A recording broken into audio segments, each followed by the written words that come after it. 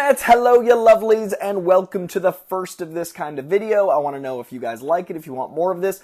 I'm going to do kind of an explainer video of a character because a lot of you watched X-Men 97 episode 7 last night, and this will be spoilers for that episode, and we're wondering, who the fuck is that guy? Who the fuck is that?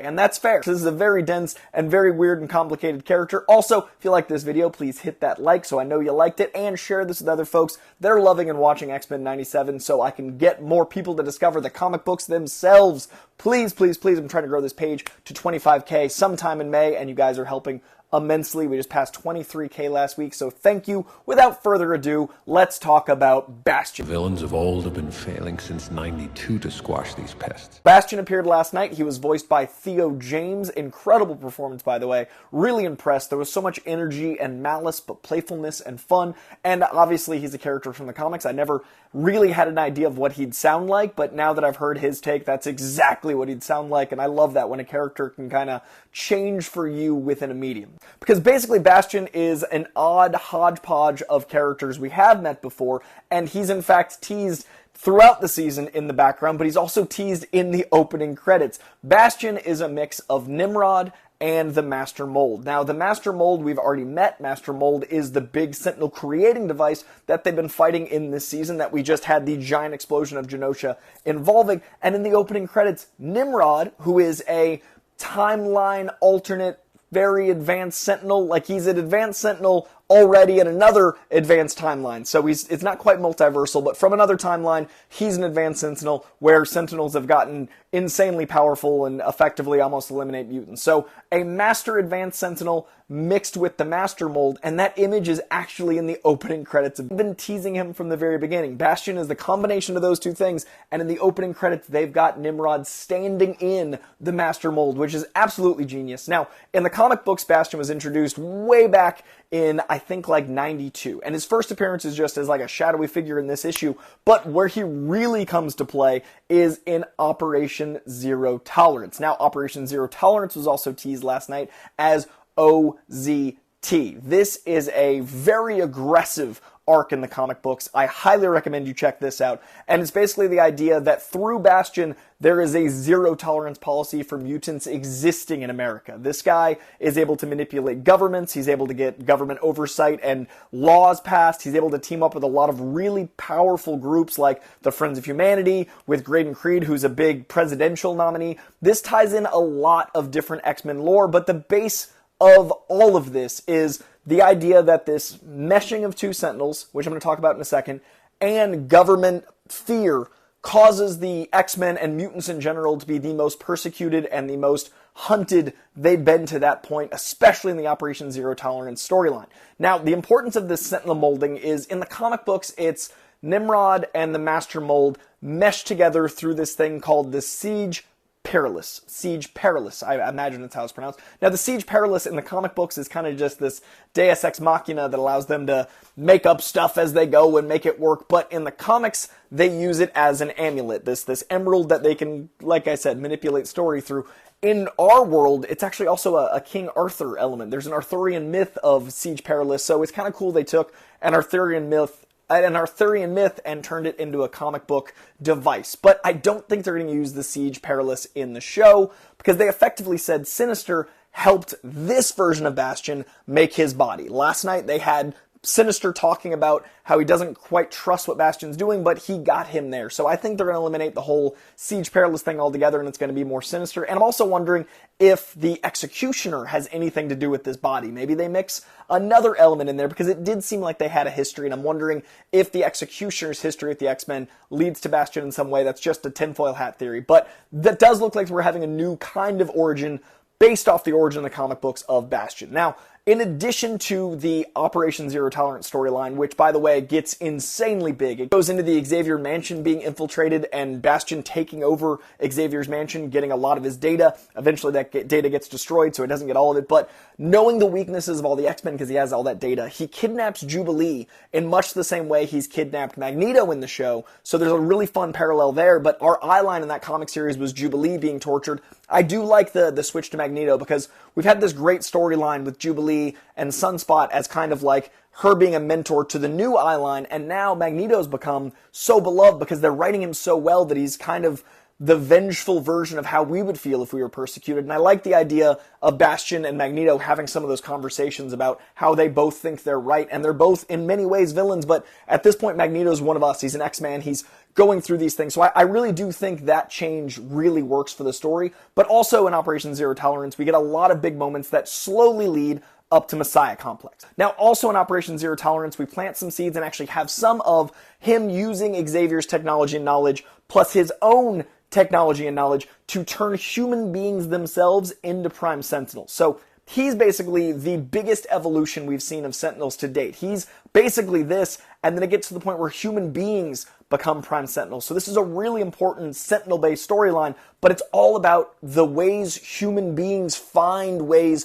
to attack mutants, how they themselves are evolving in their hate, but they're also, the technology is evolving in its hate, and that eventually leads to Orcus, that eventually leads to all the Krakoa stuff, because eventually Nimrod, who's currently a big bad in the comic books, and Sentinels that are made with Stark technology, Tony Stark, Iron Man, are kind of in an alliance to take out all mankind. The end of Krakoa is basically the idea that all technology is like, whoa, this is a poison on the planet, we're going to do our own thing. So it's a really fun seed planted back in the 90s with Bastion. Now, in addition to Operation Zero Tolerance, I also would recommend getting through that into the Onslaught stuff. A lot of this was possible because of Onslaught. Basically, in short, Onslaught is a giant event that was all of Marvel Comics. It was every character you know and love, and 90% of them having to take out Onslaught, who is a mix of Magneto and Xavier. Now, this mix of Magneto and Xavier turned into a form of raw energy, and all the heroes jumped into it to destroy it. Most, not all the heroes, Hulk and Spider-Man and a few others left,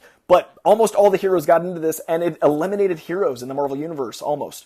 And that was this giant I hate mutant rhetoric that allowed someone like Bastion to come to play. So if you want a little extra reading besides Operation Zero Tolerance, check out the Onslaught story. One, it's just awesome.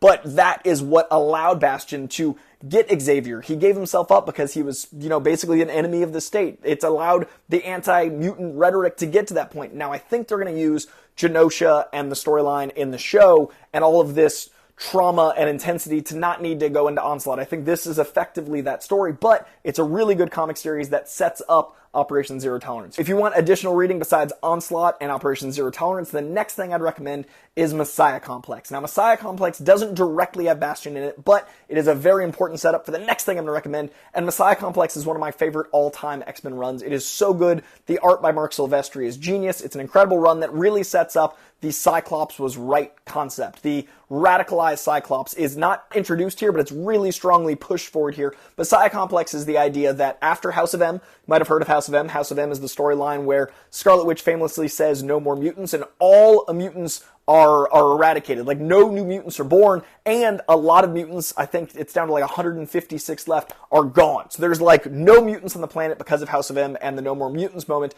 But what the Messiah Complex is years later, the very first new mutant is born. A new birth of a mutant is this moment, this Messiah, right? And Hope Summers is that Messiah. So this story takes place with them protecting this first new birth of a mutant in years after they've been virtually eradicated, and it's Cyclops having to be a lot more, vengeful and intense, and that leads to a great Bastion story that I love in X-Force. And this X-Force story right here, it's only 6 issues, is basically them trying to kill Hope Summers. It's Bastion gathering all of these horrible groups of humans to take out this first new mutant, not just because she's powerful, but also as a sign of like this holy war of like mutants are this antichrist. And it gets into some really interesting imagery, and that leads directly into the Second Coming storyline that I also highly recommend. And that is basically the hunt for Hope Summers and a lot of very intense imagery from Clayton Crane, where basically Bastion uses this body he has that at points is literally just a head. Like he gets virtually killed by Cable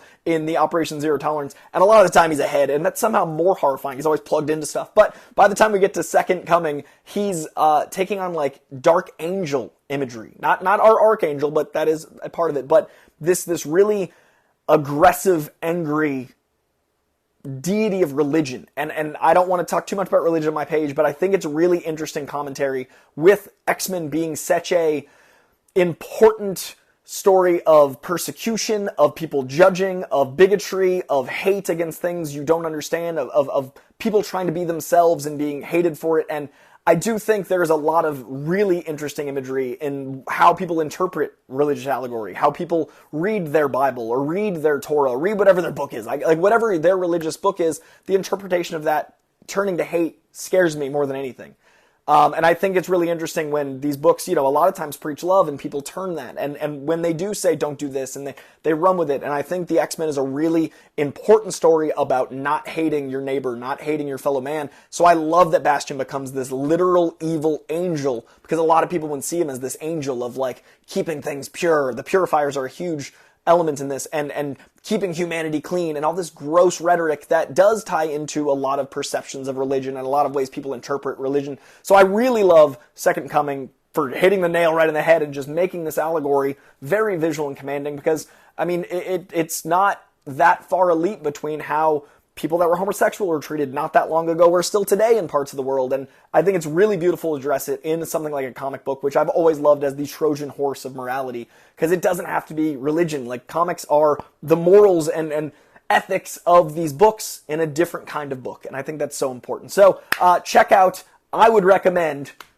Operation Zero Tolerance, Onslaught, even maybe before Operation Zero Tolerance. But if you want to start here, because that's where X-Men 97 is, I totally get it. But if you want to understand the context, check out Onslaught. But then I absolutely recommend Messiah Complex, as well as this X-Force run, as well as the last one. It's only 5 books, Second Coming. So if you want to go through that journey, if you want to go chronologically, start with Onslaught, then go to Operation Zero Tolerance, then go to the Messiah Complex, then go to the X-Force art you want to check out. It's called Angels and Demons. It's only 6 issues, but there's a lot of different X-Force 1 through 6. So make sure it's this one right into Second Coming. Those are the 5 arcs I would highly recommend if you're loving X-Men 97 right now. I think this is going to be a lot of where we go in these final 3 episodes. 8, 9, and 10 could be a lot of this. I know it's talking about extinction in the titles themselves, and Operation Zero Tolerance gets right to that point. So does Messiah Complex. There's a lot of craziness. And if you want to check out House of M, that's also a little bonus reading. So much love. If you like this video, please, again, let me know in the comments below. Please hit that like. Please spread awareness of comic books themselves,